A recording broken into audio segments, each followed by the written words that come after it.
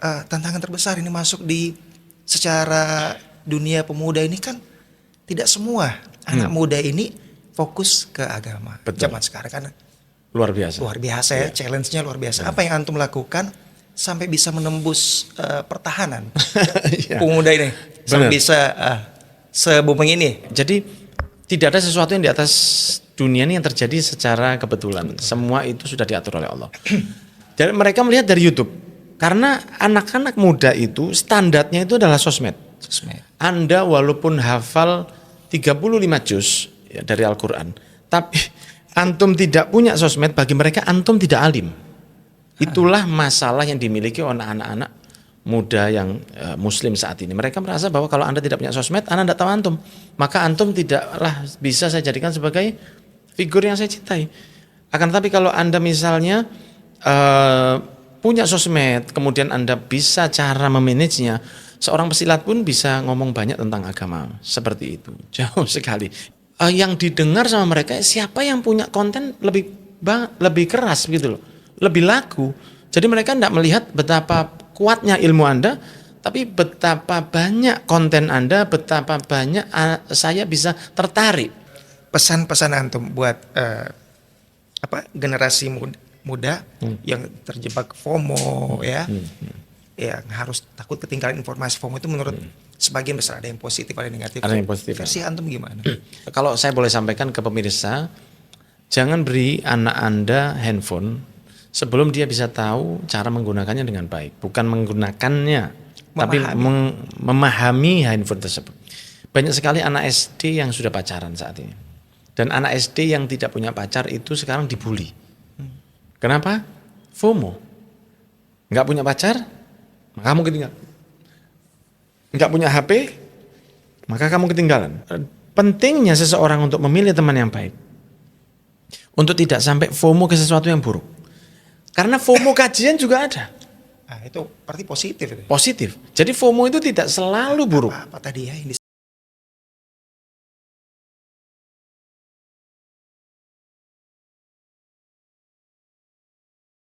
Assalamualaikum warahmatullahi wabarakatuh. Alhamdulillahirrabbilalamin. Assalatu wassalamu ala asrafil anbiya'i wal mursalin Sayyidina wa habibina wa syafi'ina Muhammadin wa ala alihi washabihi wa barik wasallim amma ba'du. Bisa dikatakan ini ya, jumpa lagi Sunsal punya podcast. Kali ini temanya nggak jauh-jauh dari pemuda dan agama. Narasumbernya surprise buat kalian semuanya. Langsung aja. Allahumma shalli ala Muhammad. Allahumma shalli ala Ustadz Muhammad bin Ani Syahab. Alhamdulillah. Assalamualaikum warahmatullahi wabarakatuh. Waalaikumsalam warahmatullahi wabarakatuh. Terima kasih sudah datang mampir ke Sunsal punya podcast. Masya Allah, ini satu hadiah buat saya karena bisa ketemu antum dan bisa ketemu dengan kru-kru di sini yang sangat Masya Allah. Alhamdulillah. Saya tahu antum luar biasa sibuknya. Tapi Masya gini, Allah. saya mau nanya gini.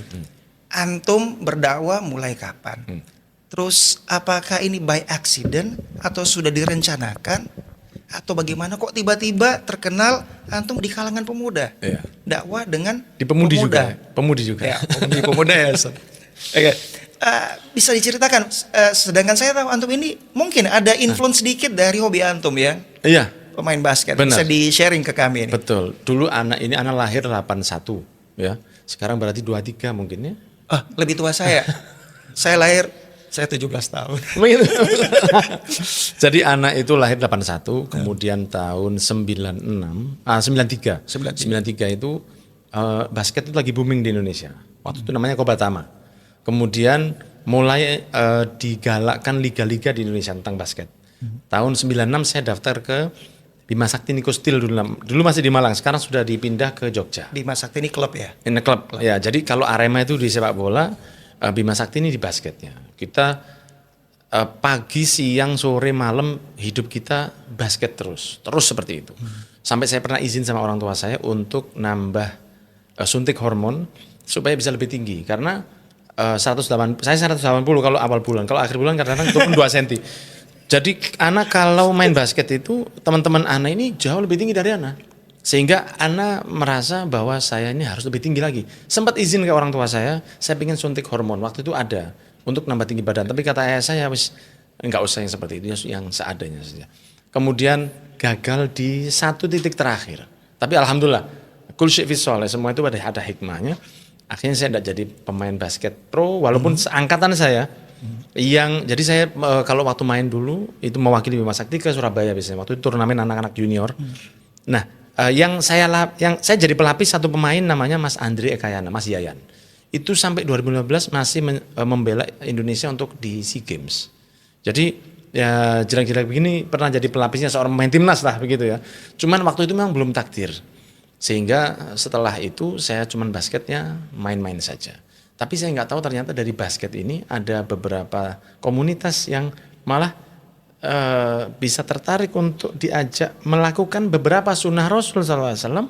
Walaupun itu simpel, seperti di tempat kami kalau main celana harus lebih pendek lebih panjang dari lutut. Kalau minum kita harus pakai duduk. Nah, tapi untuk bisa membuat mereka tertarik sama kita beri fasilitas yang terbaik. Sehingga mereka kalau mau main di tempat komunitas kajian yang lain, itu mereka merasa ini nggak sebaik komunitasnya namanya Nawak Basket. Nawak itu dari bahasa Malang, artinya kawan. Palu itu kalau Malang jadi ulap ya. Jadi kawan Nawak Basket ini, dari Nawak Basket kita ada beberapa komunitas dari komunitas lain yang pernah nyoba ke tempat kita. Mereka lihat, oh ternyata ini lebih pas untuk dijadikan tempat basket anak-anak ngaji. Walaupun nama-nama klub yang di luar kita, komunitas yang lain itu namanya lebih islami begitu. Akan tetapi tidak ada tekanan di situ, harus nutup aurat, nggak boleh bawa ayang-ayangan ke sana, ya, nggak boleh ngajak istri, nggak boleh datang ke situ dengan pakaian terbuka. Mereka harus tutup. Kalau ada yang pertama datang kita kasih tahu bahwa sebaiknya kita di sini ada peraturan yang seperti. Sampai ada banyak hal yang baik ternyata dari basket pun itu ada sisi yang bisa kita tarik untuk sebagai media dakwah ya. Benar. Jadi asal muasalnya dari basket. Situ. Gitu. Awalnya sampai berkembang. Kemudian di tahun 2007 ayah saya Habib Ahmad Anis bin Syahab rahimahullah rahmatan Allah, beliau ini punya banyak rutinan dan punya banyak tempat untuk berdakwah karena ayah saya dulu sasarannya itu tempat-tempat yang didatangi oleh orang-orang yang misionaris.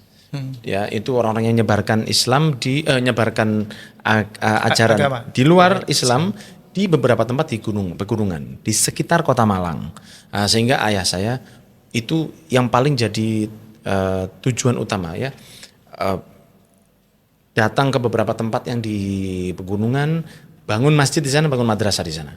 Setiap dengar ada satu tempat mau didatangi oleh orang-orang non-muslim, bangun madrasah, bangun masjid di sana dengan mengumpulkan donasi dari beberapa orang lain. 2007 ayah saya meninggal, nggak ada punya putra lagi, putranya cuma saya aja. Jadi saya ini ya insya Allah paling ganteng lah sekeluarga. Begitu. Karena saudara saya semua perempuan, nggak ada lagi yang meneruskan. Awalnya itu terpaksa karena saya tidak pernah punya keinginan untuk menyampaikan sedikit dari risalah Islam yang begitu luas ini. Tapi karena waktu ayah saya meninggal nggak ada lagi, mereka para pecintanya ayah saya mengatakan mau tidak mau harus saya yang menggantikan. Untungnya alhamdulillah saya bersyukur pernah mondok di Darut Tauhid Malang di Ustadz Abdullah Abdun 3 tahun. Jadi dasar itu masih adalah sedikit, walaupun setelah 8 tahun berhenti mondok pasti banyak yang hilang ya. Kemudian setelah mulai ada kemudahan dalam dakwah ini, dan setelah 3 tahun saya ketemu Habib Umar bin Hafid di Pacet, waktu itu di Pondok Riyadul Jannah asuhan dari Ustadz Mahfud Sobari almarhum. Ketemu di sana, kemudian Habib Umar mengatakan ke salah satu yang mengantarkan saya mengatakan, Habib ini ayahnya seorang dai meninggal, dia sedang pelan-pelan menggantikan ayahnya. Habib Umar kemudian mengatakan khalli yusafir Hadramaut, biar dia ini suruh berangkat ke Hadramaut. Saya waktu itu understand lah ya, speaking Arabic itu lumayan paham waktu itu, sehingga saya tahu oh berarti saya disuruh ke Hadramaut sama Habib Umar. Jadi makanya saya kalau bercanda sama teman-teman saya, kalian ini berangkatnya dengan penuh paksaan, saya berangkatnya diundang sama Habib Umar seperti itu. Jadi akhirnya saya berangkat. Waktu itu anak sudah 2. Istri 1 tapi ya, anak sudah 2. Ini anak-anak paling senang kalau bahas masalah pernikahan. Gitu. Sehingga berangkat ke sana waktu rencananya 3 bulan jadi 14 bulan. Nah dari situ banyak dari karena kita pagi sore taklim sama Habib Umar, taklim dengan guru-guru yang masya Allah, sehingga banyak dari hal-hal yang kita dapat untuk bagaimana berdakwah ke depan. Karena walaupun mereka ada di Kota Tahrim, tapi visi dari cara berdakwah Habib Umar ini jauh ke depan. Bahkan kita tahu ketika dakwah di Indonesia masih jarang pakai kamera seperti ini. Di zaman dulu Habib Umar sudah pakai kamera, sehingga banyak video-video Habib Umar yang bisa kita lihat ketika beliau masih agak muda dulu. Dari situ semua Allah mudahkan hingga saat ini dan bisa ketemu dengan antum. Masya Allah. Jadi di asal muasalnya sampai berkecimpung di dunia dakwah dan kepemudaan. Betul. Kalau gitu tantangan terbesar ini masuk di secara dunia pemuda ini kan tidak semua anak muda ini fokus ke agama. Betul. Zaman sekarang kan Luar biasa. luar biasa ya, challenge-nya luar biasa. Apa yang antum lakukan sampai bisa menembus pertahanan pemuda ini sampai bisa se-booming ini? Iya, awalnya itu di antaranya beberapa video yang saya buat. Dulu saya pertama buat video itu di sekitar tahun 2017. Saya itu salah satu video viral tuh mungkin ya teman-teman ingat semua ya, kopi sama jajannya kalau tidak salah. Oh, itu man sarofatan wajib itu munakir. Man sarapan ketan wajib itu kopi sak cengkir, betul. Nah, itu dari paman saya. Beliau itu kalau misalnya dikumpulkan kata-kata seperti itu mungkin bisa jadi diwan. Saking banyaknya kata-kata seperti itu. Sehingga ada beberapa hal-hal yang seperti itu dan kita keluar dari zona aman. Ada keluar dari zona aman. Itu yang membuat saya melek. Jadi tidak ada sesuatu yang di atas dunia ini yang terjadi secara kebetulan. Semua itu sudah diatur oleh Allah. Awalnya I'm just an ordinary sayyid begitu saja. Saya maulid. Ketika satu waktu ada teman yang mengundang dari Semarang. Itu pertama kali keluar dari out of the box atau zona nyaman antum? Sebelumnya ke Jogja dulu. Oh, ke Jogja. Jadi mereka melihat dari YouTube. Karena anak-anak muda itu standarnya itu adalah sosmed. Anda walaupun hafal 35 juz ya, dari Al-Quran, tapi antum tidak punya sosmed, bagi mereka antum tidak alim. Itulah masalah yang dimiliki oleh anak-anak muda yang muslim saat ini. Mereka merasa bahwa kalau Anda tidak punya sosmed, Anda tidak tahu antum. Maka antum tidaklah bisa saya jadikan sebagai figur yang saya cintai. Akan tetapi kalau Anda misalnya punya sosmed, kemudian Anda bisa cara memanagenya, seorang pesilat pun bisa ngomong banyak tentang agama seperti itu. Jauh sekali. If you understand what I'm talking about gitu ya. I get the point. I get the point. Sehingga ada beberapa hal seperti itu sehingga kita lihat. Saya pernah bertemu dengan beberapa teman yang mereka mengatakan sekarang ini yang didengar sama mereka siapa yang punya konten lebih keras gitu loh, lebih laku. Jadi mereka tidak melihat betapa kuatnya ilmu Anda, tapi betapa banyak konten Anda, betapa banyak saya bisa tertarik. Like as long as you have a selling point, right? Yes, just like that. Do you understand what I'm talking about? Seperti itu. Seperti itu. Selama masih punya sesuatu yang menarik, maka mereka akan tetap dan mereka tertutup sekali. Nah, ketika saya pertama kali setelah membuat awalnya dari video-videonya Habib Ali Zainal Abidin Al-Hamid Malaysia. Beliau itu punya potongan-potongan video yang sangat ajib dulu namanya Kokombi. Nah, itu yang produksi anak Indonesia. Habib Alinya juga asli Bondowoso kan. Alhamdulillah saya pernah silaturahmi ke tempat Habib Ali Zainal Abidin Al-Hamid di Malaysia. Keluarnya adalah jajan-jajan khas Bondowoso. Ya, karena memang beliau asli Indonesia. Ketika saya bertemu dengan beliau, saya tanya-tanya dengan cara membuat video. Saya ketemukan dengan satu anak namanya saya lupa ya, panggilannya Kokom kalau nggak salah. Tapi laki-laki. Biasanya Kokom kan perempuan, ini laki-laki. Kemudian saya tanya-tanya sama beliau. Nah, saya mulai buat video. Setelah saya mulai buat video, nah ada orang-orang di luar. Jadi di luar dari muhibbin, di luar dari santri, di luar dari orang-orang yang aswaja, itu ada dunia besar yang sekarang ini, maksudnya kalau sekarang mungkin lebih banyak ya, lebih banyak yang bisa disentuh karena banyak yang sudah pakai sosmed. Akan tetapi dulu itu ada satu tembok besar yang kita tidak tahu kalau di belakang itu ada satu komunitas yang sangat luas sekali. Sehingga saya pertama diundang ke Jogja oleh orang-orang yang bukan aswaja, yang mereka mohon maaf saya tidak memperlakukan kita sebagaimana kita diperlakukan oleh para muhibbin yang ada di Jawa Timur. Mereka just say hello, assalamualaikum, waalaikumsalam, gimana Ustadz kabarnya? Nah, cuma begini aja. Oh, Ustadz sukanya makan apa? Mereka biasa aja, ya bercandanya seperti Kita tidak diperlakukan seperti itu. Sehingga, oh mereka ini ada yang seperti ini.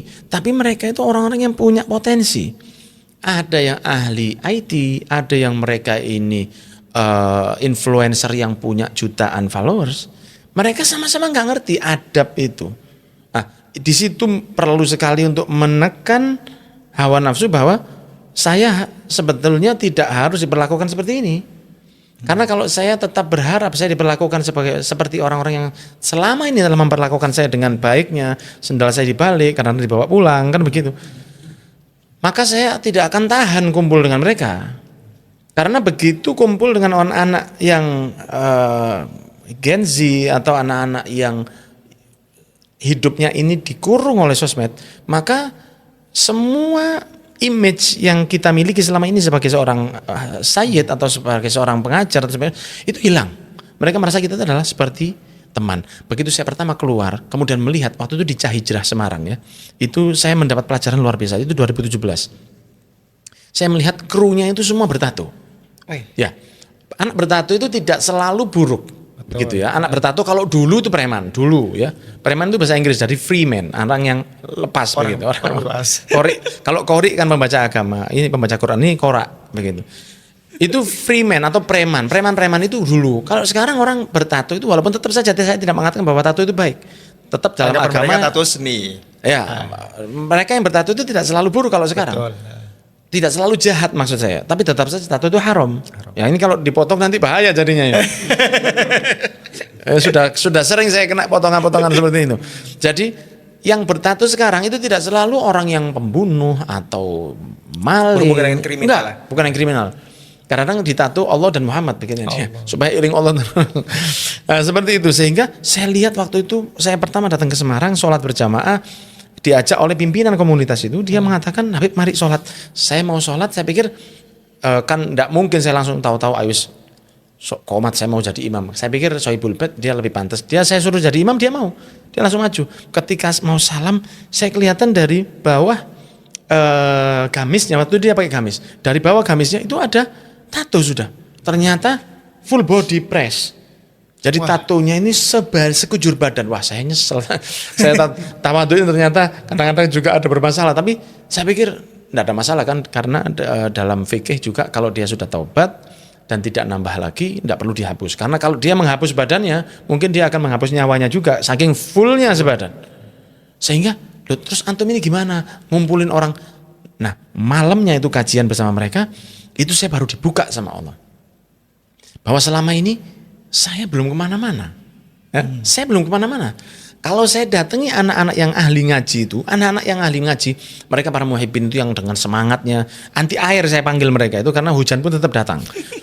Itu mereka tetap hadir walaupun siapapun yang ceramah mereka hadir. Jadi misalnya begini, di Lawang itu di tempat saya itu ada beberapa asatid, ada alumni Timur Tengah, ada yang alumni dari Indonesia seperti ini. Di sini mereka punya kajian yang banyak.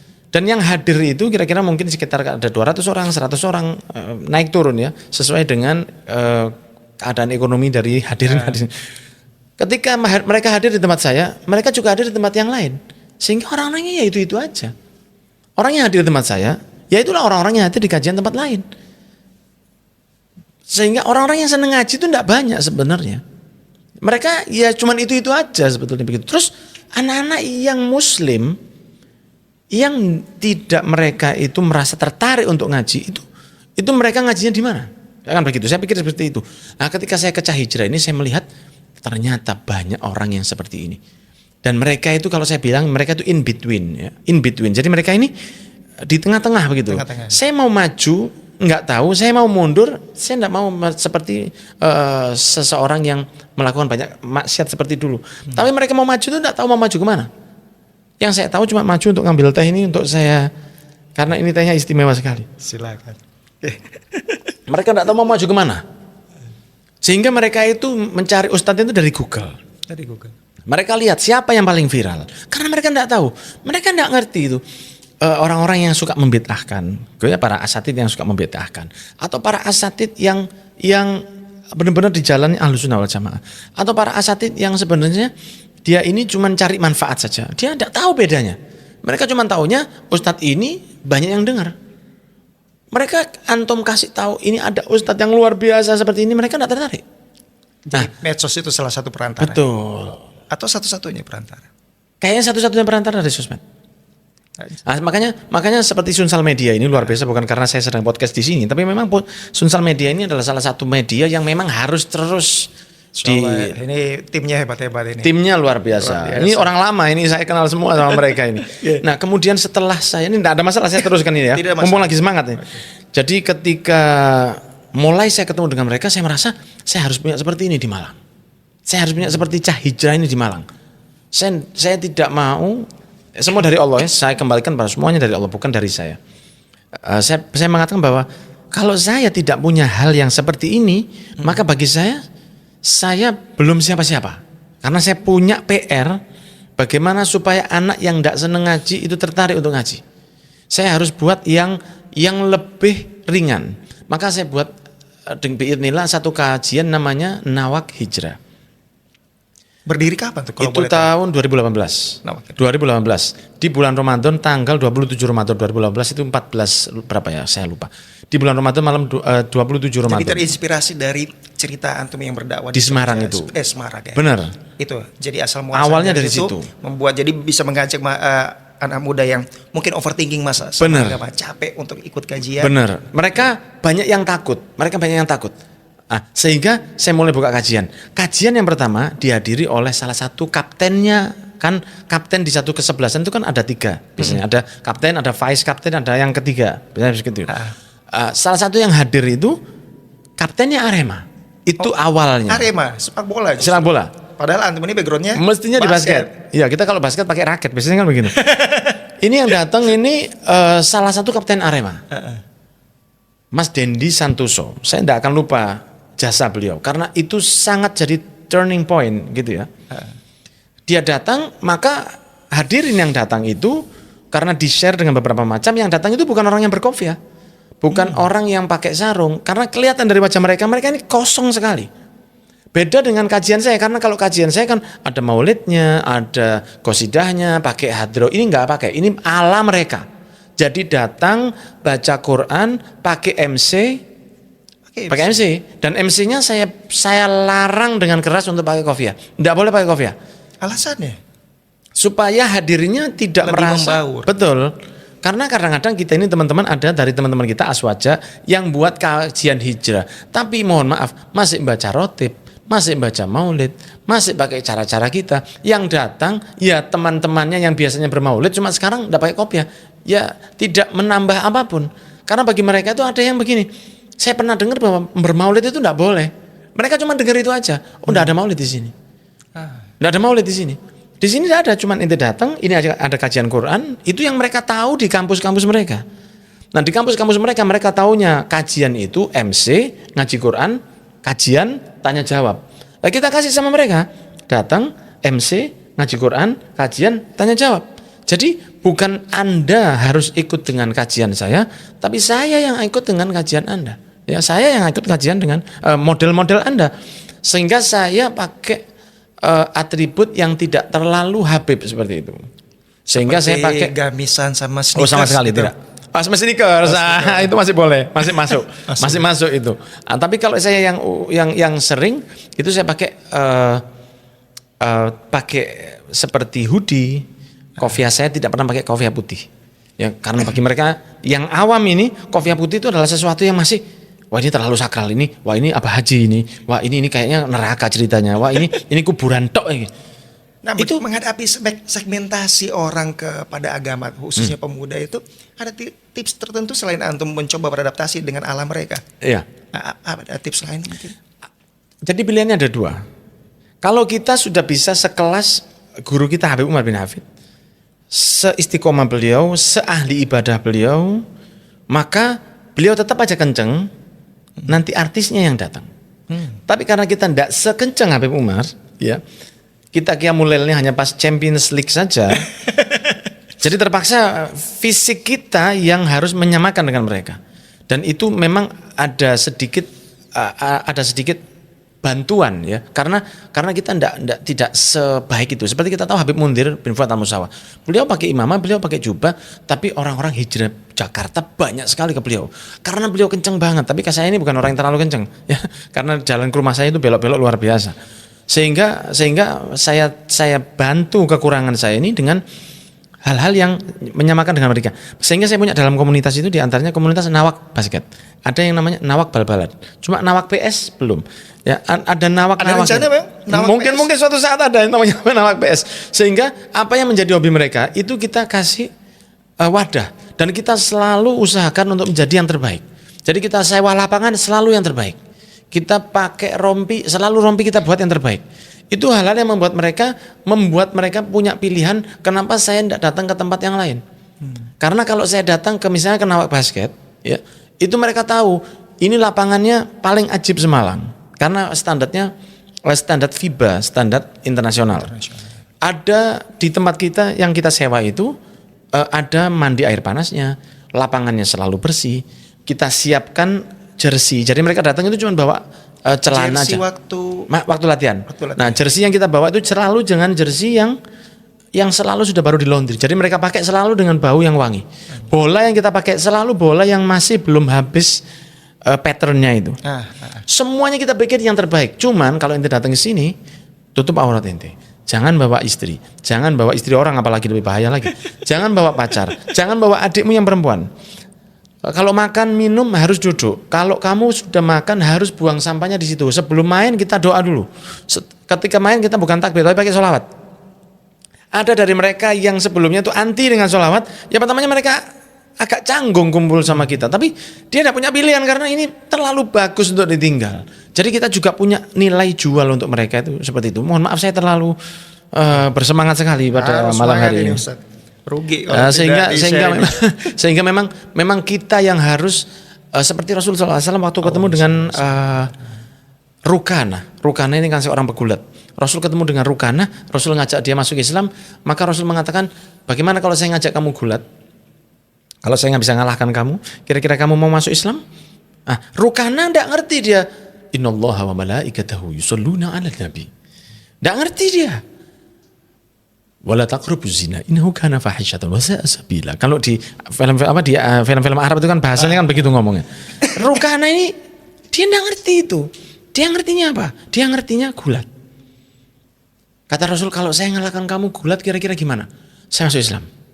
Karena Rukana ini Champions of Arab waktu itu ya. Jadi kalau di AFC Arab Fighting Klub itu Rukana ini yang paling kuat karena mereka tuh cuman wrestle aja, mereka cuman gulat saja, tidak ada seperti jurus atau seperti bela diri yang lain. Rukana itu saking kuatnya kalau saat dia berdiri di atas karpet itu ditarik, bukan dia yang jatuh tapi karpetnya yang sobek. Jadi dia punya kuda-kuda, bukan kuda-kuda rumah ya, kuda-kuda kaki yang sangat kuat sekali. Tapi dia mengatakan kalau saya ngalahkan kamu, kira-kira kamu masuk Islam? Kata Rasul. Rukana mengatakan, wahai Nabi Muhammad, kamu tahu saya siapa? Saya Rukana, saya pemenang, saya juara yang ada di Arab. Tidak ada yang menang sama saya. Tahiyya, kata Rasul. Siap-siap, get ready. Begitu dia maju sama Nabi Muhammad SAW, dia tidak sempat apa-apa dan dia tahu-tahu lihat langit.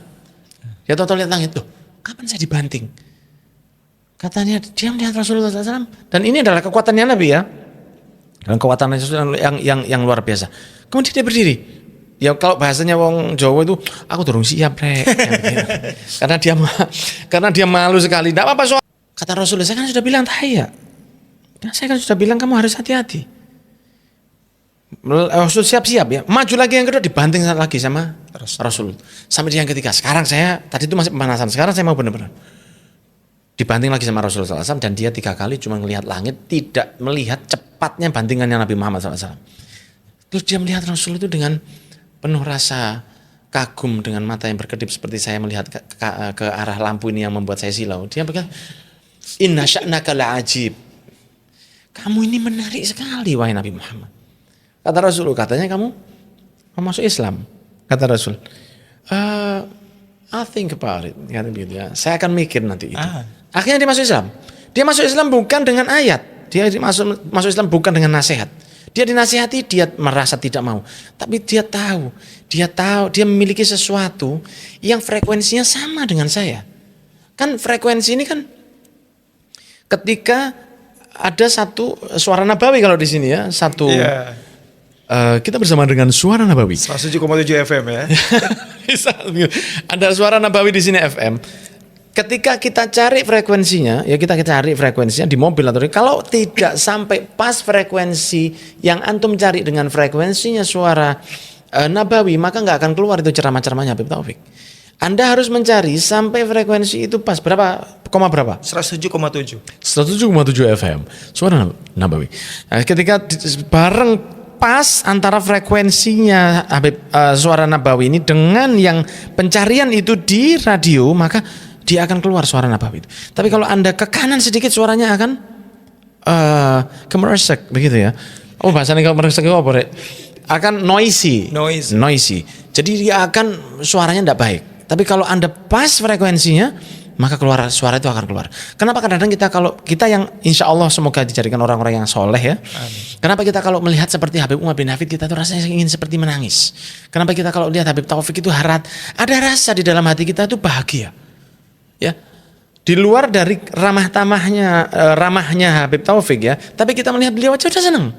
Kita misalnya melihat guru kita Habib Zain bin Ibrahim bin Smith yang di Madinah, semoga beliau diberi panjang umur oleh Allah dalam keadaan sehat. Kita melihat beliau aja kadang-kadang ketika bertemu itu air mata ini kadang-kadang tidak tertahan, tahu-tahu keluar. Itu ada frekuensi dari kita, kekaguman yang Allah berikan kepada hati kita yang sudah ada ditanamkan oleh Allah every single day 24/7 itu ada terus masuk di hati kita every single day kita setiap hari mungkin melihat video mereka masuk itu seperti frekuensi yang nyari begini. Tapi begitu kita melihat sosok seorang yang kita kagumi profesinya sebagai seorang dai, seorang yang soleh, seperti misalnya kita ketemu dengan Habib Umar atau ketemu dengan Habib Taufik atau ketemu dengan Habib Salim Syatiri almarhum, itu ada rasa yang gemetar di dalam hati itu. Bergetar hati ini ketemu dengan mereka karena kalau dalam bahasa, kita tidak bahas masalah roh antar roh itu memang junudun mujannada ya itu pasti. Cuma kalau kita ada ngomong dalam bahasa yang sederhana, itu frekuensi kita ini nyambung sama beliau. Karena selama ini yang kita bayangkan itu orang soleh, orang baik, orang soleh, orang baik. Saya mendengarkan kajian, saya berusaha membaca zikir, ketika bertemu dengan orang yang sama dengan saya, maka langsung akan menghadap dengan baik. Tapi kalau seseorang itu yang ada di bayangannya adalah with all respect kepada pegawai negeri swasta, sipil, kalau yang di dalam benak saya itu pejabat, jabatan. Begitu saya melihat seorang pejabat, saya langsung salim. Kan banyak kita lihat. Betul. Kita lihat banyak sekali orang-orang yang bertemu dengan pejabat. Ini mungkin pejabatnya saya tidak tahu. Insya Allah pejabatnya sholat. Bisa jadi pejabatnya itu tidak sholat selama ini. Yang salim itu lebih baik mungkin akhlaknya. Dia sholat 5 waktu. Begitu ketemu pejabat, Pak. Begitu masuk langsung dicium tangannya. Loh, ini gurumu ta. Ini gurumu, ini ustadzmu, ini kiaimu. Ini bukan siapa-siapa. Tapi kenapa kok saya begitu kagum dengan si pejabat ini? Karena every single day yang saya pikirkan itu pejabat, jabatan. Begitu saya ketemu itu seperti frekuensi yang keluar. Begitu pula kalau seseorang ini punya rasa kagum dengan orang yang kaya. Saya ingin kaya. Di benak saya itu cuman kekayaan terus, fulus terus. Bukan saya bilang kita tidak butuh fulus, kita semua butuh fulus. Ya, semoga kita punya banyak fulus dengan barokah tanpa hisab yaumul qiyamah untuk ibadah ya. Kalau yang dibayangkan kita tuh fulus terus. Maka jangan heran ketika kita bertemu dengan seorang yang kaya, kita tidak kenal sama dia. Kita jauh lebih respect. Jadi antara mindsetnya itu tadi. Dan frekuensinya keluar langsung. Terciptalah chemistry ya kalau sudah chemistry ya seperti itu. Begitu pula Rasulullah ketika ngajak Rukana diajak ke dalam Islam dengan ajakannya Rasul. Ini ada di kitab Wasailul Wusul ila Syama'il Rasul yang disusun oleh Syekh Yusuf bin Ismail An-Nabhani. Rasul mengajak dia tidak ngerti karena dia merasa bahwa ya kamu katanya orang hebat, tapi bagi saya kamu ya tidak terlalu hebat. Apa yang menurut Rukana itu hebat? Kalau kamu bisa mengalahkan saya, bagi saya kamu hebat. Dari situ dia mengatakan inna sya'naka la ajib. Bukan karena dakwanya. Dia tidak ngerti itu. Walaupun pasti ada athar ya dari kata-kata Rasul SAW ketika Rasul mengajak dia ke Islam, pasti masuk ke dalam hatinya si Rukana. Tapi dia mengatakan inna sya'naka la ajib, kamu ini menarik sekali wahai Nabi Muhammad. Yang membuat dia menarik apa? Kekuatannya Rasulullah SAW. Dia kagum dulu, dia satu frekuensi dulu dengan Nabi Muhammad. Setelah itu, ana masuk Islam. Begitu pula dengan beberapa cara untuk mendekati para pemuda itu. Ya, ada beberapa momen kita turun sedikit, asal jangan sampai ke maksiat. Karena kalau sampai ke maksiat, ya ndak akan, kata Habib Umar, al-gharik la yungkidul gharik. Orang yang tenggelam ndak akan bisa dia ngangkat orang tenggelam. Kalau seseorang lagi tenggelam, dia mengatakan, "Mas, tolong Mas." Podo ji. Aku yang tenggelam. Seperti itu. Jadi kalau menghadapi orang yang sudah merasa kotor, saya kayaknya tidak mungkin untuk bertobat, sudah pasrah dalam hidup. Apa langkah pertama menurut antum yang antum lakukan sebagai pendekatan? Ketemu dengan mereka. Sering kadang-kadang Biar mengajak mereka supaya tidak ilfil pada agama, Iya. lebih lagi lah. betul. Kalau kita tahu dari Al-Quran, Allah berfirman, ya ayyuhalladzina asrafu ala anfusihim la taqnatu min rahmatillah innallaha yaghfiru dzunuba jami'a innahu wal ghafurur rahim. Wahai orang yang telah melampaui batas dalam maksiatnya, jangan kamu pernah sekali-sekali berputus asa dari rahmatnya Allah.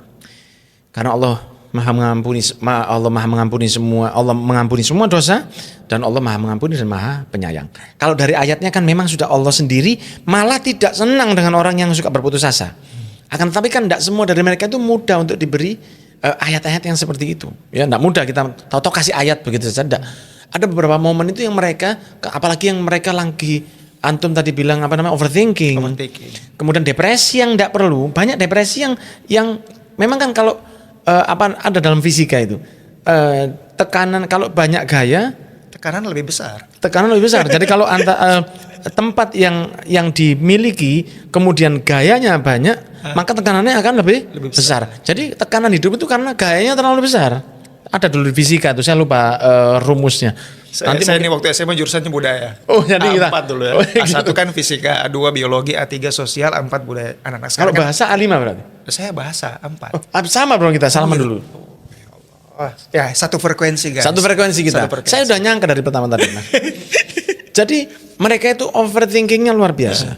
Sering dari mereka mengatakan, sering saya dapat DM, dan semoga diselamatkan oleh Allah, yang mengatakan, saya rasanya sudah ingin mengakhiri hidup saya. Sudah seapatis itu. Seperti itu. Cara antum menarik kembali mereka tertarik Saya bilang, lebih care ke agama? Niatkan untuk mengurangi beban hidup keluarga Anda. Jadi ya enggak begitulah ya. Saya sering sempat kaget antum ya. Enggak, saya bilang emangnya kalau ente meninggal ya, kan kalau kita bisa gini, loh kamu dosa, kamu enggak bisa.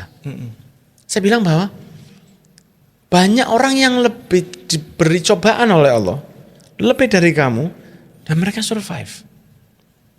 Rata-rata itu masalah judi online. Rata-rata masalah judi online. Ini yang happening sekarang. Happening sekarang, iya. Dua tahun. Luar biasa. Indonesia sampai triliunan uang yang berputar di judi online. Mereka banyak kan mengambil judi online dan ikut judi online, hartanya habis, surat-surat tanahnya habis, sampai ke perceraian, sampai hancur luar biasa, dan mereka merasa banyak yang sudah mengakhiri hidupnya. Ya, banyak yang sudah mengakhiri hidupnya. Ada yang masih bertanya juga.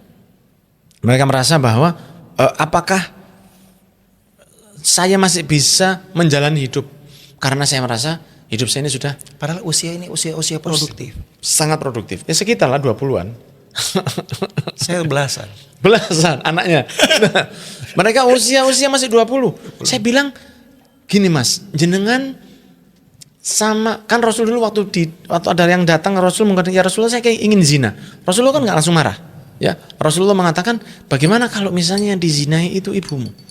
Saya tidak terima ya Rasulullah. Sama, kalau kamu berzina dengan seorang wanita, bisa jadi ada anak yang tidak terima ibunya dizinai olehmu, sebagaimana kamu tidak terima jika ibumu dizinai.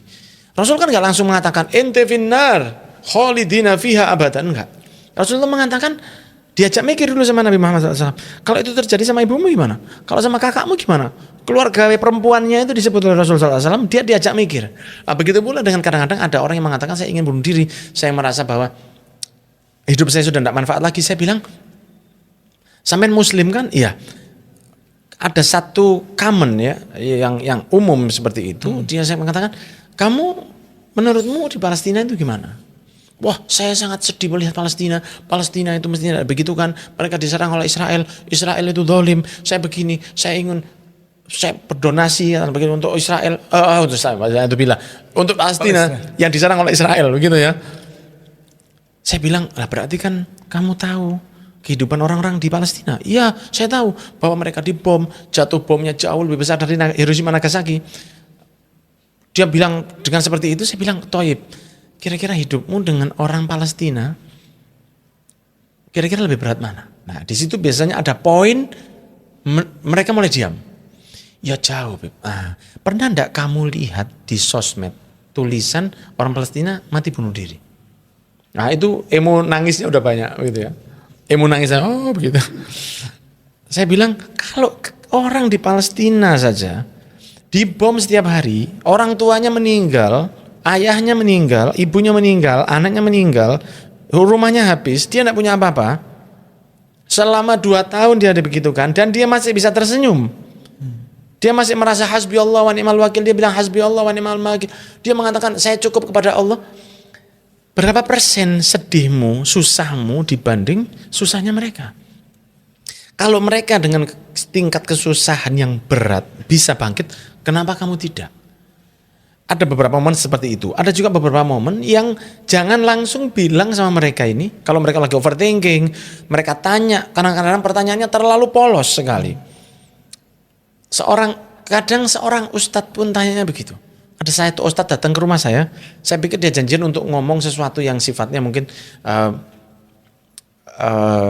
untuk urusan agama, atau dia tanya begini, Habib, saya ini urusan ekonomi sangat susah.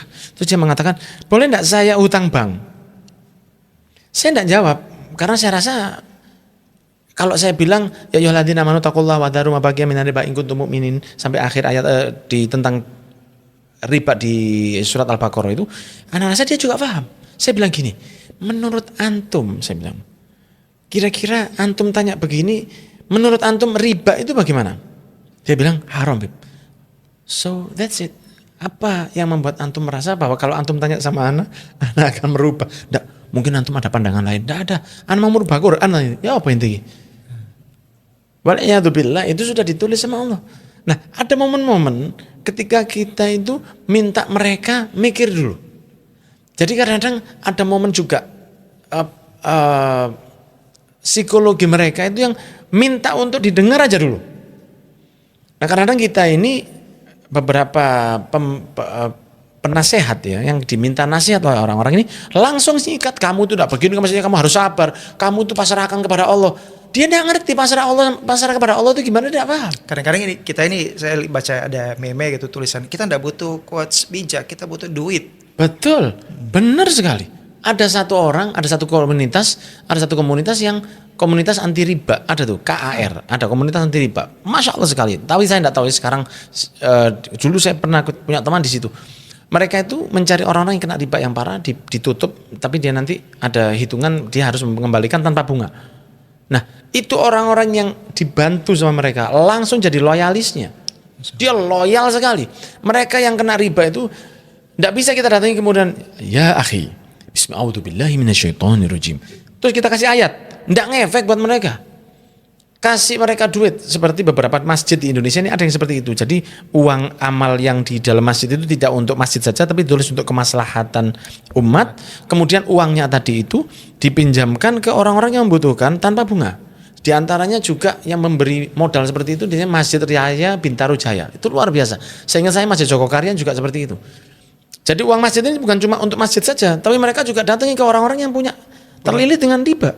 Ditutup, itu mereka langsung sholat dohornya jam 9 pagi sudah datang ke masjid. Itu lebih cepat untuk membuat orang, karena mereka kadang-kadang tidak bisa dinasihati dengan seperti itu. Overthinking dan lain sebagainya. Perlu ada dari kita ini kepekaan membayangkan kalau bagaimana kalau saya di posisi dia. Sehingga kalau kadang-kadang mereka mengatakan begini, Habib, gimana kalau saya beli, gimana saya kalau ikut yang sekarang lagi top itu katakanlah uang digital, begitu, saya tidak nyebut satu-satunya. Bagaimana kalau saya bisnis pakai uang digital dan seperti ini? Saya bilang cuma gini, lebih aman kalau tidak. Oh begitu ya, ya. Oke, terima kasih atas nasihatnya. Kalau saya bilang begini, itu di dalam hukumnya panjang mereka. Malah mungkin malah menghina. Tapi saya cuma bilang lebih aman kalau tidak.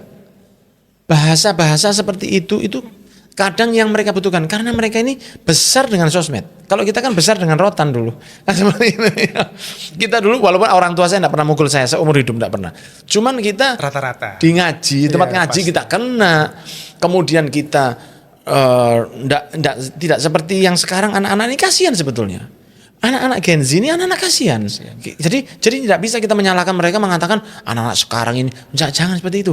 Mereka ini sudah masya Allah anak-anak yang mondok sekarang ini jauh lebih hebat dari kita. Karena kalau kita dulu mondok itu karena cuma tidak di rumah. Tapi mereka sekarang mondok itu ninggalkan handphone. Itu jauh lebih berat cobaannya. Lebih besar.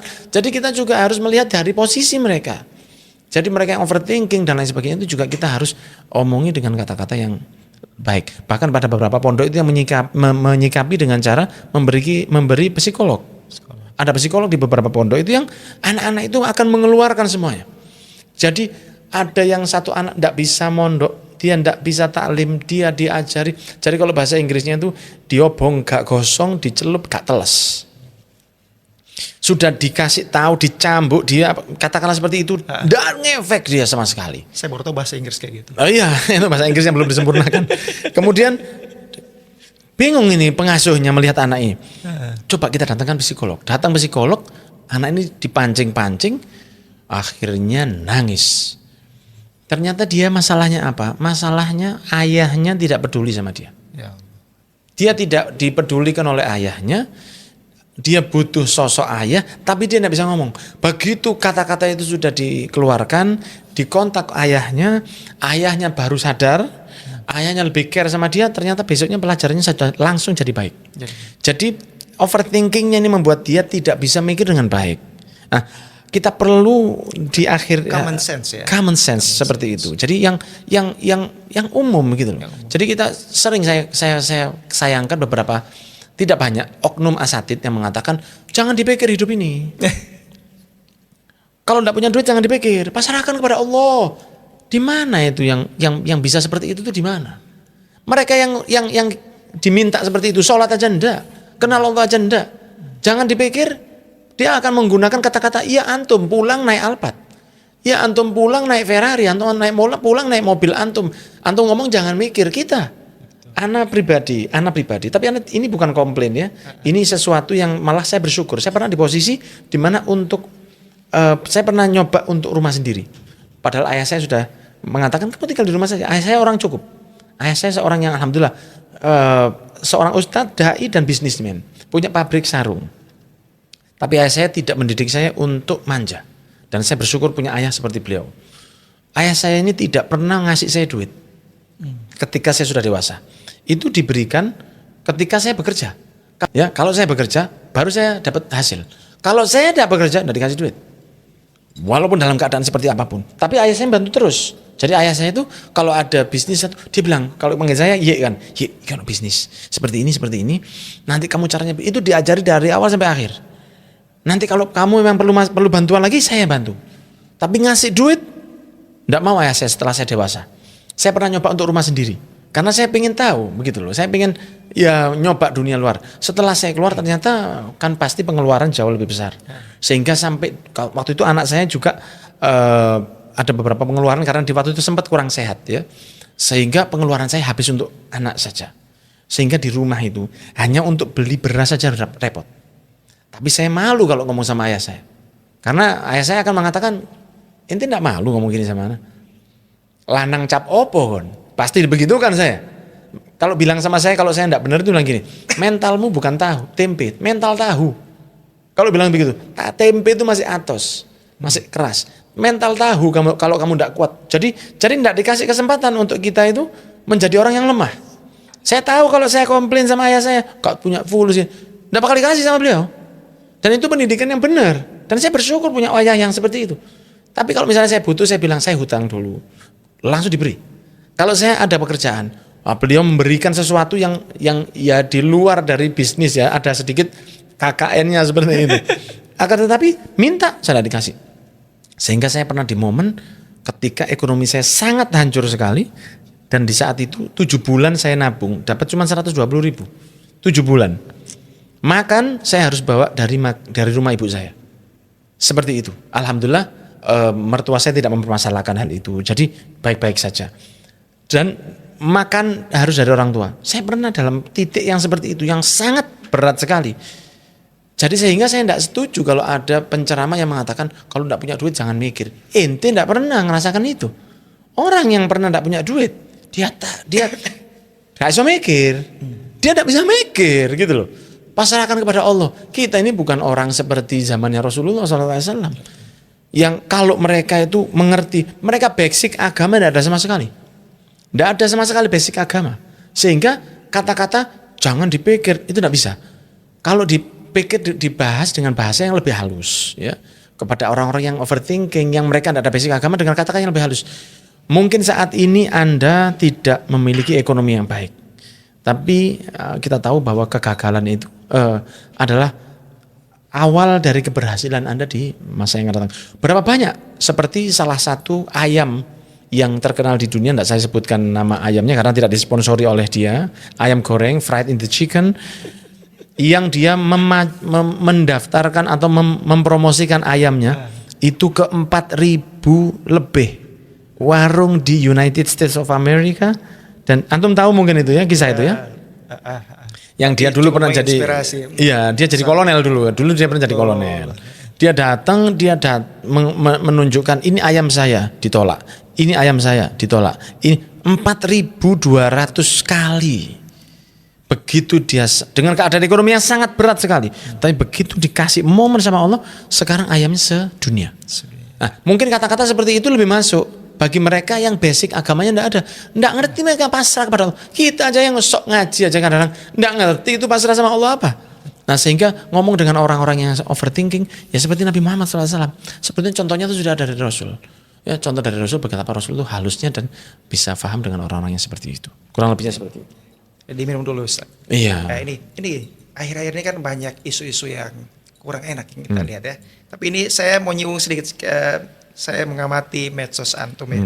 Antum ternyata, masya Allah ya, hatersnya hampir tidak ada. Alhamdulillah. Nah gini, apakah karena media dakwah antum yang memang diterima, ataukah secara visual mungkin lebih enak gitu di eye catching ya? Atau apa?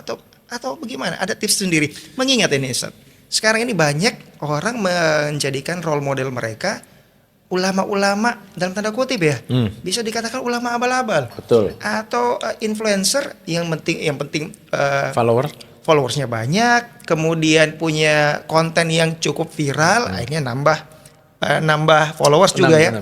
Sedikit mengutip ayat sudah luar alim biasa. Benar. Dan lain sebagainya. Sedangkan di luar sana ulama-ulama banyak dianggap kuno karena mungkin tidak bersentuhan dengan teknologi zaman sekarang, dan akhirnya banyak ulama-ulama yang ditinggalkan. Selain ditinggalkan juga dikritik bahkan dengan kata-kata yang cukup kasar. Ya. Sedangkan antum ini menurut saya hampir tidak ada. Amin. Alhamdulillah seperti itu. Jadi betul antum tadi bilang bahwa kalau dalam urusan misalnya kita pakai di dalam YouTube ya, kalau urusan misalnya YouTube, maka gunakan segala sesuatu yang terbaik sesuai kemampuan kita. Jangan kita buat sesuatu yang sifatnya nanggung. Seperti kita tahu di sosial media ini semua barangnya adalah semua barang yang Masya Allah. MC hostnya juga Masya Allah. Oh harus. Allah masalah. Krunya juga Masya Allah. Kita tahu ini ngimbangi narasumbernya, bintang tamunya. Jadi harus semaksimal mungkin. Masya Allah. Jadi seperti barang-barang yang seperti ini, dari urusan dohir kita harus punya sesuatu yang terbaik. Karena orang-orang yang punya konten yang di luar Islam, mereka pakai barang yang terbaik juga. Yang kedua, sebenarnya saya hanya melakukan apa yang disampaikan oleh guru kita semua, Habib Umar bin Hafid. Jangan sebut nama orang, jangan sebut perorangan, sebejat apapun. Jangan pernah menyinggung ormas, jangan pernah menyinggung partai politik, jangan pernah menyinggung urusan pemerintahan. Jangan pernah menyinggung hal-hal yang di luar dari urusanmu menyampaikan agamanya Allah Subhanahu wa taala. Jadi fokus apa ya? Jadi saya fokusnya seperti hanya menyampaikan hadis, menyampaikan ayat, menyampaikan quotes dari para ulama atau menyampaikan sesuatu yang sifatnya sedang terjadi. Jadi alhamdulillah sejak Habib Umar mengajarkan kita seperti itu, saya di Darul Mustafa itu tahun 2010. Ya, jadi 3 tahun setelah saya ditakdir untuk menggantikan ayah saya. Sejak saat itu, sebelumnya memang saya nggak pernah begitu. Ya, saya nggak pernah begitu. Dan ayah saya sendiri, Habib Anis, adalah seorang yang terkenal jauh lebih santun dari saya, jauh sekali. Ayah saya itu selalu mengatakan seperti ini, kalau masuk ke kajian, kamu jangan meremehkan hadirin. Itu yang diajarkan ke saya. Karena hadirinmu bisa jadi itu orang lebih alim dari kamu. Ini bukan sekedar tawaduk, tapi ini real. Bisa jadi orang yang hadir itu dia hafal Quran lebih bagus dari kamu. Dia qiyamul lailnya lebih banyak dari kamu. Sedekahnya lebih banyak dari kamu. Jadi ketika kamu dikasih kesempatan untuk menyampaikan satu tausiah, jangan pernah kamu merasa kamu lebih baik dari mereka. Karena kalau kamu ada merasa lebih baik dari mereka, tadi frekuensinya itu nggak akan nyambung. Walaupun jutaan umatmu. Tapi kamu harus merasa bahwa mereka ini adalah orang-orang yang saya mendapat manfaat dari mereka. Bukan mereka mendapat manfaat dari kamu. Itu diantara ajaran ayah saya yang subhanallahnya itu juga sama yang diajarkan oleh Habib Umar bin Hafid. Dan ternyata itu memang ajaran dari kakek kita Pak Alwi seperti itu. Jadi tidak diajarkan kepada kita untuk hadirin ini kini kalau bukan karena saya nerokok kabeh. Tidak seperti itu. Tidak seperti itu. Imam Haddad sendiri mengatakan dalam kitabnya bahwa kalau saya mengatakan wa alaika, maksudnya adalah alaika ya Abdullah bin Alwi al-Haddad, ngomong ke dirinya sendiri. Maka kitabnya menjadi luar biasa. Sehingga perlu kita jaga dari beberapa omongan yang saya sampaikan. Saya belajar banyak dengan orang yang ahli bahasa Jawa. Saya tanya sama dia, bagaimana kata-kata saya setiap selesai ceramah. Dulu begitu, berawal-awal begitu. Dia mengatakan, jadi kalau ceramah jangan bilang sampean. Sampean itu masih kasar. Kalau bilang itu bilang jenengan. Nah, itu detail kecil. Tapi dari detail-detail kecil seperti itulah Impactnya besar. Saya tidak mengatakan bahwa saya adalah orang yang terlalu diterima sama dengan jamaah atau dengan hadirin atau dengan pemirsa.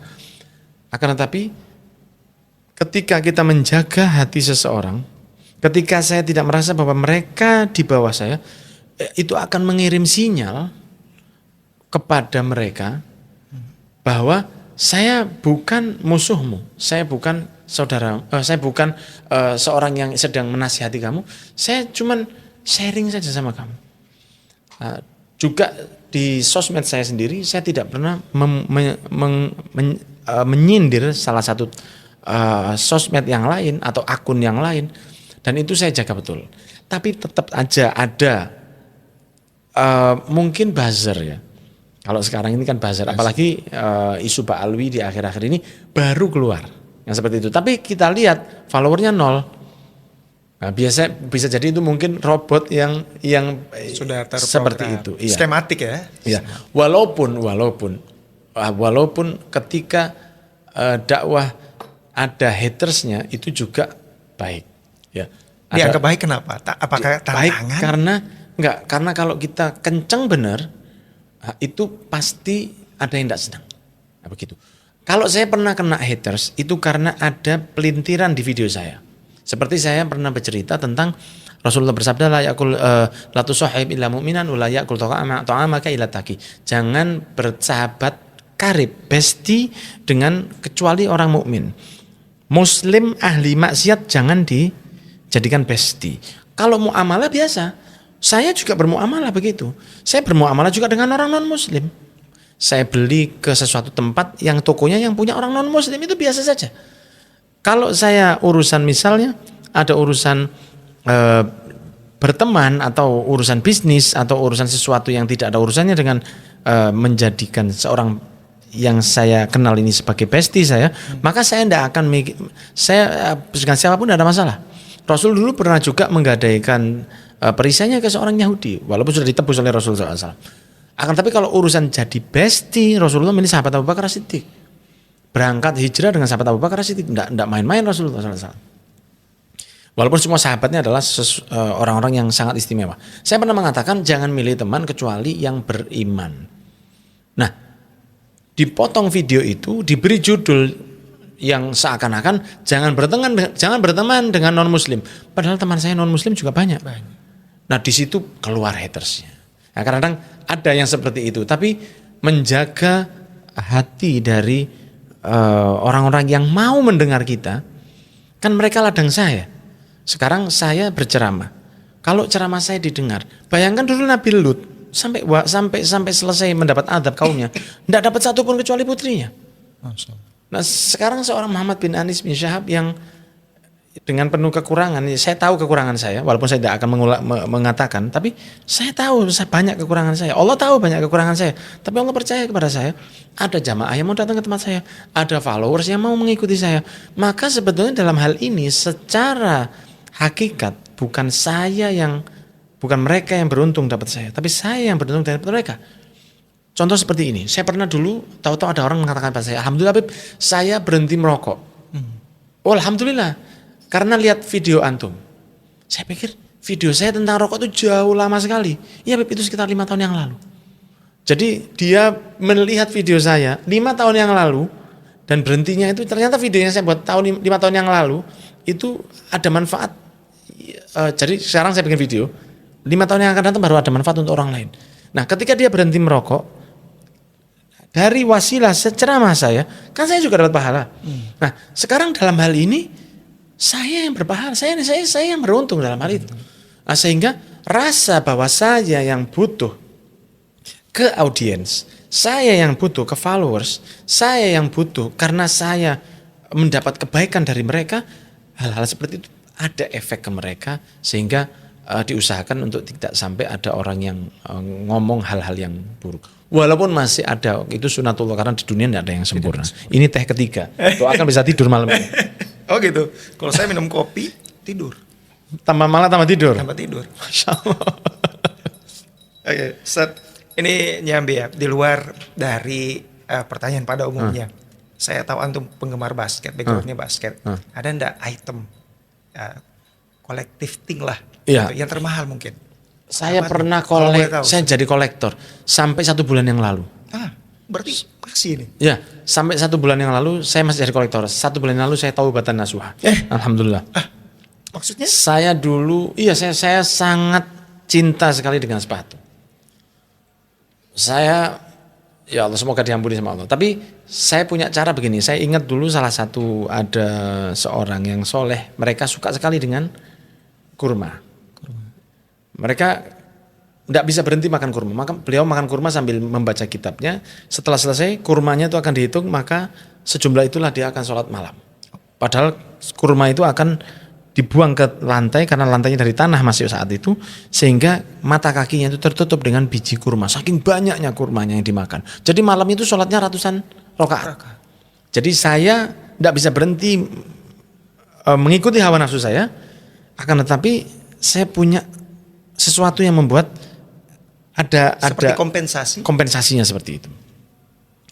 Saya tahu bahwa saya sangat suka dengan sepatu. Saya tahu itu. Dan setiap saya beli sepatu, saya harus sedekah dengan jumlah yang sama. Jadi kalau saya mau beli sepatu yang harga 2 juta, saya harus punya uang 4 juta dulu.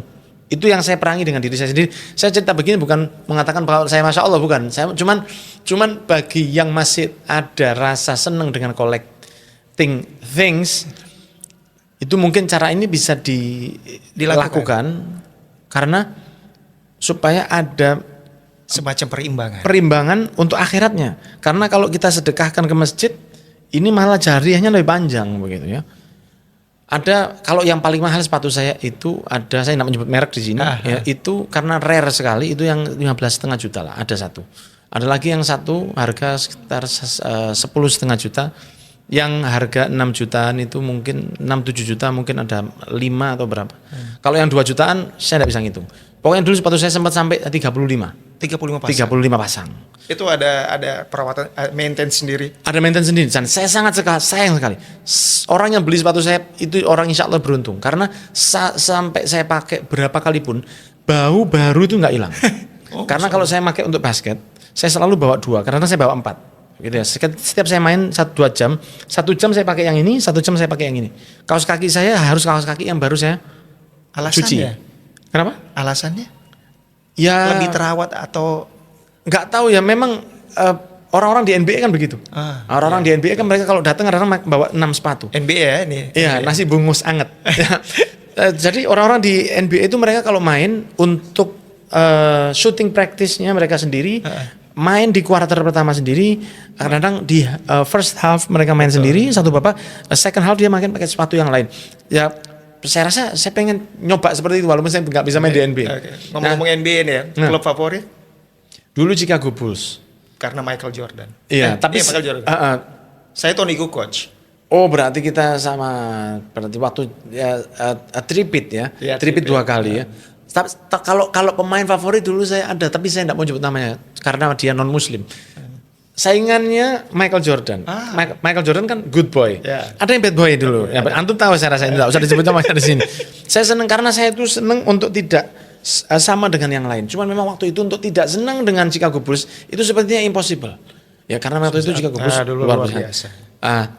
Kemudian seperti itu saya maintenance sekali sepatu-sepatu saya. Cuman 1 bulan yang lalu saya pikir ini waktunya sudah selesai dan saat ini sudah saya serahkan ke satu teman, kira-kira tinggal 13. Saya berikan ke teman 10, saya pegang 1 untuk main, yang 2 mau saya lelang. Doakan bisa dapat hasil yang besar. Insya Allah mau saya sumbangkan untuk ke salah satu masjid atau tempat-tempat yang ada manfaatnya supaya itu penghapus dari hawa nafsu yang tidak bisa saya tahan dulu. Memang seperti itu. Cuman tips juga buat teman-teman yang masih suka collecting things, collecting goods. Nah, itu diantaranya bisa ketika Anda masih belum bisa berhenti barang, ketika Anda masih senang untuk mengkoleksi barang tersebut, urusan duniawi, maka keluarkan dengan jumlah yang sama minimal untuk urusan ukhrawi. Karena ini akan hilang, tapi itu akan menutup kekurangan ini. Oke. Ini banyak tips ya. Insya Allah ini teman-teman bisa memperoleh banyak manfaat. Ini tidak lepas di mata generasi muda, antum cukup intelek. Buku terakhir mungkin antum baca, buku atau kitab atau bacaan terakhir yang antum sudah selesai hatam atau sedang membaca sekarang. Mungkin bisa di-share nih. Kalau buku kitab favorit saya itu yang sering kita baca, kalau untuk yang karena mulai dari pondok saya baca itu Khasa'isul Ulum al-Muhammadiyah. Di karangan Sayyid Muhammad bin Alwi al-Maliki, itu adalah kitab yang menceritakan tentang keutamaan umat Nabi Muhammad. Itu bagi saya itu diantara kitab yang sangat saya favoritkan. Kalau buku yang berbahasa Indonesia itu ada namanya Muhammad Rasulullah SAW. Itu disusun oleh mertua dari paman saya. Bisa disebut Sejarah Kehidupan Nabi Muhammad SAW, nama judul kitab bukunya. Itu disusun oleh Sayyid Muhammad bin Husin Al-Hamid ya. Ya, Sayyid Muhammad bin Husin Al-Hamid, almarhum. Beliau pernah di Hadramaut juga dulu. Buku itu sangat istimewa sekali. Itu diantara buku bahasa Indonesia yang saya baca agak banyak. Tapi kalau kitab-kitab ya insya Allah standar kita suka baca. Tapi kalau bahasa Indonesia itu diantara buku yang saya suka. Kalau komik, nah dulu saya banyak hatam dulu. Dragon Ball itu saya dulu hatam. Kung Fu Boy itu dulu saya hatam. Kung Fu Boy mulai Kung Fu Boy dia masih silat sampai dia jadi pernah tinju juga ya. Kung Fu Boy, bukan. Kung Fu Boy bukan tinju, main biliar dia. Kung Fu Boy dia main Chinmi dulu kan. Itu buku dari Takeshi Maekawa dulu. Itu saya sangat favorit sekali. Buku yang favorit bahasa tulisan ini, The Power of Water. Kekuatan dari air. Oleh seorang dari Jepang yang saya lupa namanya, Masaru Emoto. Ya, dibaca. Jadi saya harus menyebutkan ini bukan kenapa supaya Anda tahu bahwa saya baca benar gitu ya. Disusun oleh Bapak Masaru Emoto, bukunya tentang The True Power of Water. Itu menceritakan bahwa air itu adalah sesuatu yang sifatnya bisa berubah dengan keadaan sekitarnya, khususnya dengan suara. Nah, itu saya suka sekali karena dari situ saya tahu kenapa kadang-kadang kita minta doa ke seorang yang soleh, minta didoakan, kemudian mereka membaca surat Fatihah atau membaca apa, kemudian kita ketika akan minum juga mengatakan Bismillahirrahmanirrahim, Allahumma barik lana fima razaqtana wa qina adzabannar. doa-doa seperti itu sebelum kita minum, kemudian baca bismillah baru diminum, adalah hal-hal yang memang ada hitungannya dari urusan zahirnya, bukan hanya batin saja. Alhamdulillah, bukan hanya karena ini sunnah Rasul. Ternyata Nabi Muhammad SAW sudah lebih tahu dari mereka. Juga yang pernah saya baca agak lama itu buku-buku Harun Yahya. Harun Yahya. Iya, walaupun Harun Yahya mungkin di akhir-akhir ini agak tidak seperti di awal. Iya. Tapi ketika awal dulu dia masih Dengan gayanya. masih dengan gayanya, buku-bukunya tentang bangsa yang punah, buku-bukunya tentang alam ini itu luar biasa baik. Ya, luar biasa baik, dan buku-buku itu kita baca ketika dia masih belum ya semoga diberi hidayah, kita diberi hidayah juga. Tapi buku-buku Harun Yahya itu buku-buku tentang alam yang saya sangat sekali suka untuk membacanya dulu. Itu kenapa? Karena dengan itu kita tahu betapa besarnya kekuasaan Allah. Kalau saya belajar fikih, saya akan tahu ibadahnya dengan mudah. Bahwa sebenarnya ibadah dalam agama ini dipermudah oleh Allah. Kalau saya belajar tafsir, saya akan tahu kandungan Al-Quran itu sebenarnya gimana indahnya Al-Quran. Kalau saya belajar nahwu sorof, saya akan tahu bagaimana kedudukan kata-kata dalam bahasa Arab. Ya. Kemudian kalau saya belajar ilmu alam, maka saya akan tahu betapa hebatnya Allah Subhanahu wa Ta'ala. Ketika saya tahu bagaimana perjalanan matahari, ketika saya tahu mengapa bulan itu bisa kembali ka'urjunil qadim, kembali menjadi seperti busur, dia sabit kalau bahasa kita. Urjunil qadim itu kan seperti pelepah kurma yang melengkung. Dia jadi seperti sabit lagi, jadi sabit, kemudian dia menjadi besar sampai bulan purnama, kemudian kembali menjadi sabit. Bagaimana Allah mengatakan wasyamsu tajri limustaqarri laha, matahari itu berlari, bukan dia berjalan. Karena dia sifatnya mu'annats, maka dia tajri. Karena matahari disifatkan sebagai mu'annats.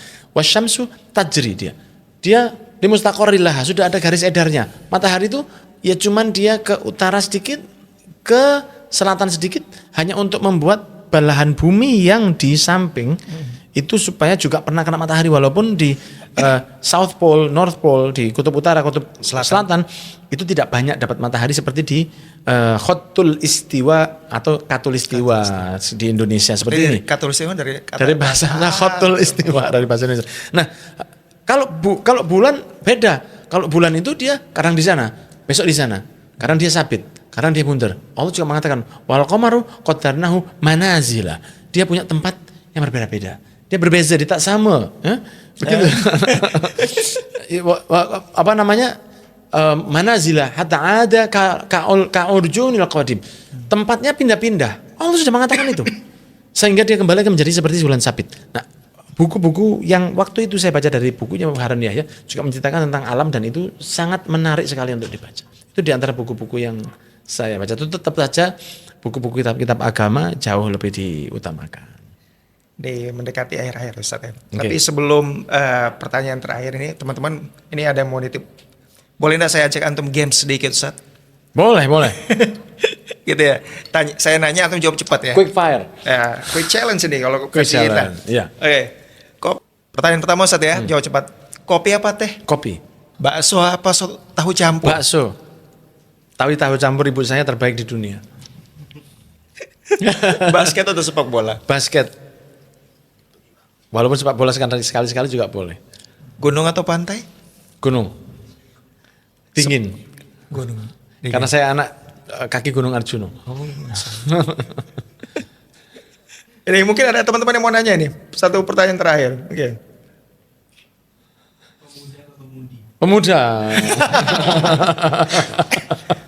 Lagian kan pemuda itu lebih umum. Iya, lebih umum. Ya. Gitu. Nih Ustaz, pesan-pesan antum buat generasi muda yang terjebak FOMO ya. Yang harus takut ketinggalan informasi. FOMO itu menurut sebagian besar ada yang positif, ada yang negatif. Ada yang positif. Versi antum gimana? Ini juga closing statement juga atau gimana? Oh, nanti ada Oh, pertanyaan. ada lagi. Kalau masalah FOMO, fear of missing out. Iya, FOMO. Takut ketinggalan. Ini masalah sekali.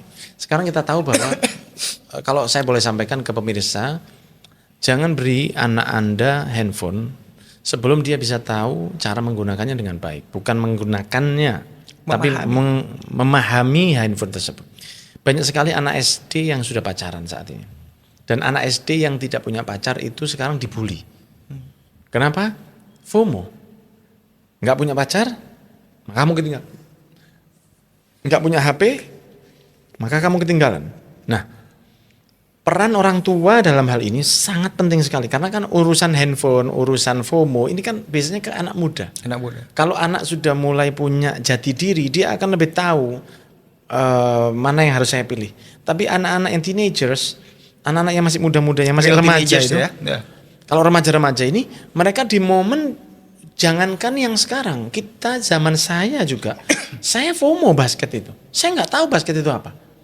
Selamatnya FOMO kita di olahraga. Kalau waktu itu FOMO-nya misalnya pacaran, maka kita kan gak karu-karuan. Karena memang pemuda itu, mohon maaf saja, Rasul SAW itu juga pernah hampir kena FOMO. Ya, kalau di kitab Dr. Muhammad Ramadan Said Al-Buti disebutkan bahwa Rasul itu pernah tertarik untuk mendatangi orang yang bermain musik. Rasul ingin tahu ini ada apa acara mereka, sehingga titip ke salah satu sahabatnya, tolong jaga kambing-kambing saya ingin melihat hal-hal itu. Itu kan curious ya, ingin tahu supaya tidak ketinggalan. Supaya tidak ketinggalan, karena mereka pemuda-pemuda itu main musik. Bukan mereka kemudian yang bermaksiat, bukan mereka minum-minum, enggak, cuman mereka bermain musik saat itu. Tapi nama Nabi Muhammad SAW ini kan bukan manusia biasa, basyarun akal basyar, diberi ngantuk oleh Allah. Maka di tengah perjalanan Rasulullah merasa saya harus istirahat sebentar. Maka Rasulullah duduk, itu Rasul kira-kira umur 19-18an ya. Kemudian Rasulullah duduk seperti ini, tertidur, dan Rasul mengatakan, saya dibangunkan oleh teriknya matahari. Karena waktu itu sholat subuh kan belum wajib untuk Nabi. Ya. Sehingga, mana anak-anak yang muda yang tadi malam mereka kongko itu, sehingga mereka sudah hilang. Rasul mengatakan, nanti malam saya akan kumpul lagi dengan mereka. Saya akan coba datangi mereka. Malam kedua datang lagi Rasulullah, ingin mendatangi mereka, diberi lagi rasa kantuk oleh Allah, dan datanglah Rasulullah mendekati mereka. Sebelum datang Rasulullah ngantuk, dan Rasulullah istirahat, dan Rasulullah bangun di pagi hari. Jadi Rasulullah nggak pernah sampai ke sana. Sehingga Rasulullah mengatakan, sejak itu saya tidak tertarik lagi untuk datang kepada mereka. Lah kalau kita kan nggak ada beri ngantuk, FOMO kita mungkin malah tambah melek kalau kita. Kalau Nabi Muhammad ini maksum, beliau terjaga dari sejak beliau belum jadi Nabi. Nah bahayanya kalau untuk kita, kalau untuk pemuda, itu kalau FOMO kemudian bentengnya siapa? Ya bentengnya siapa? Karena kalau ada salah satu penyanyi dulu mengatakan we are young and stupid. Ya, itu satu yang we are young and stupid. Gandengannya muda itu bodoh. Itu yang salah satu yang jadikan jargon iklan kalau tidak salah. Bisa jadi begitu. Ya, kalau tidak salah sih. Iya. Young and stupid.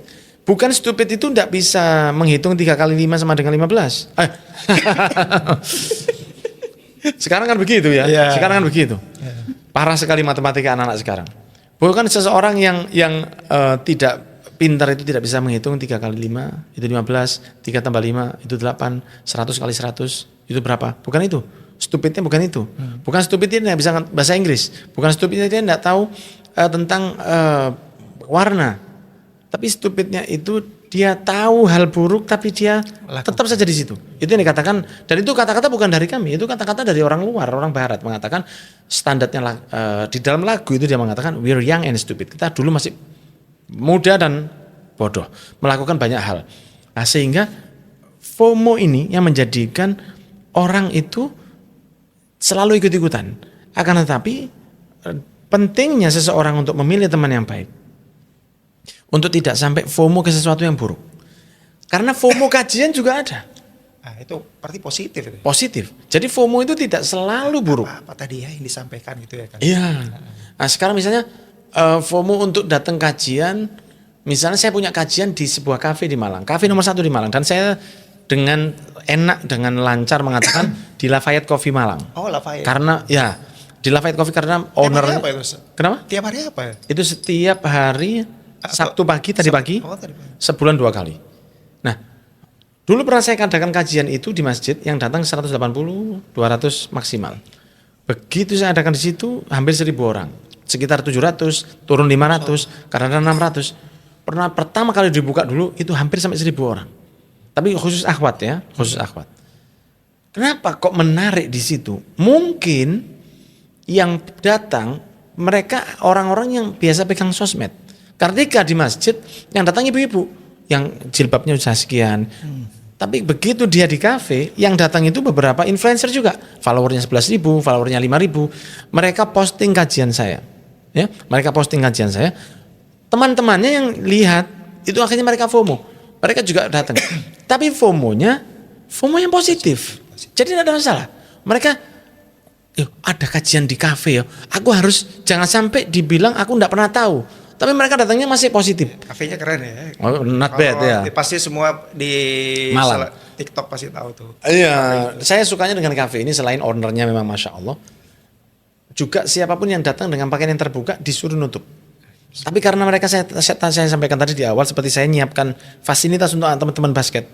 Dengan fasilitas yang terbaik dan mereka tidak punya pilihan untuk main di tempat lain, maka Lafayette Cafe coffee shop ini juga dia menawarkan banyak hal yang terbaik, masakannya terbaik, tempatnya juga terbaik, banyak kayu tangan guys ya.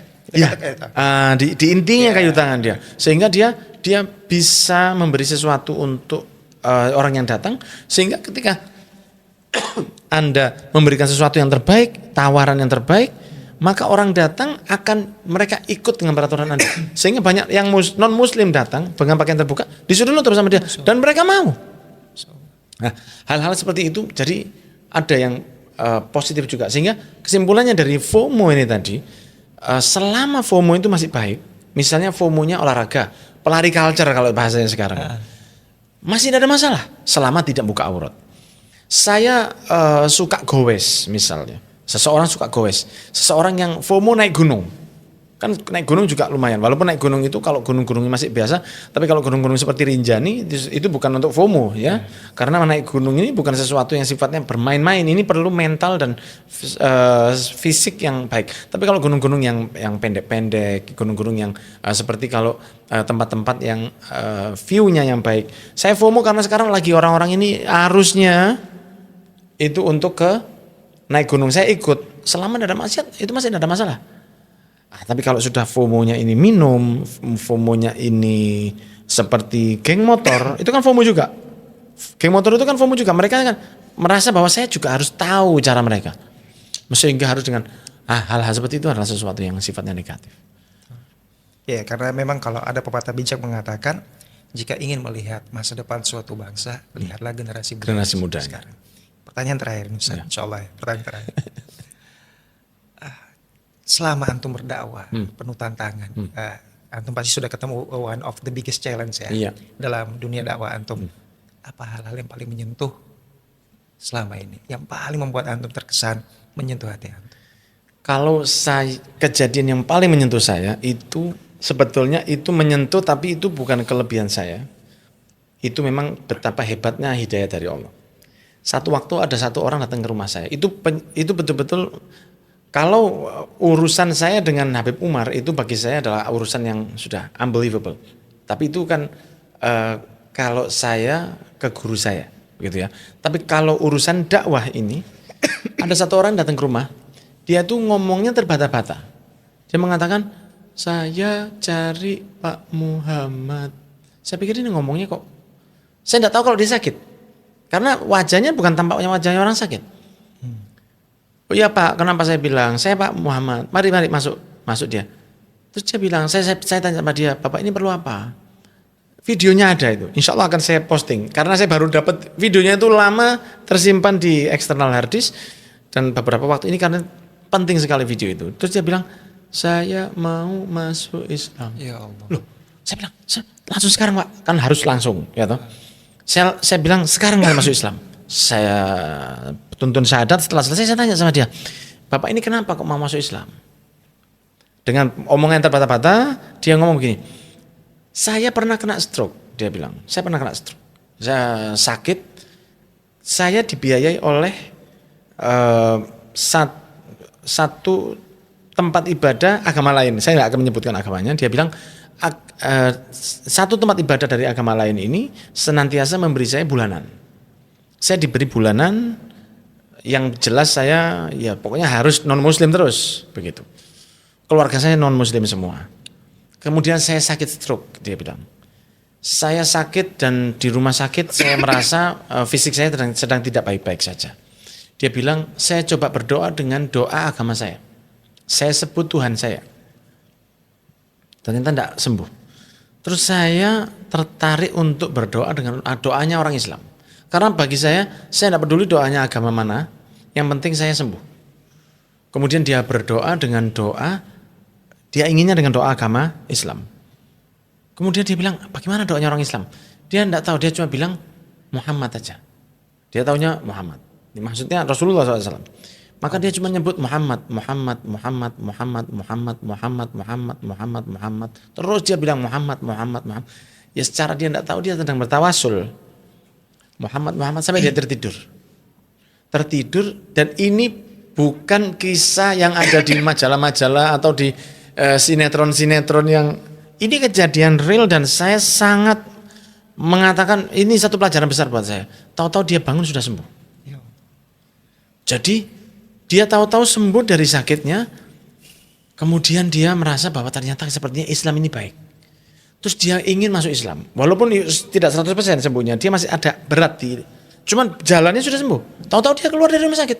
Jadi dia stroke-nya itu sembuh hanya dengan mengatakan Muhammad, Muhammad. Dan ini dia masih non muslim saat itu. Kan dia masuk Islamnya setelah beberapa hari waktu ke rumah saya. Terus dia bilang begini, terus saya minta petunjuk. Dia bilang begitu. Saya ingin masuk Islam, bagaimana caranya? Saya tanya ke Tuhan.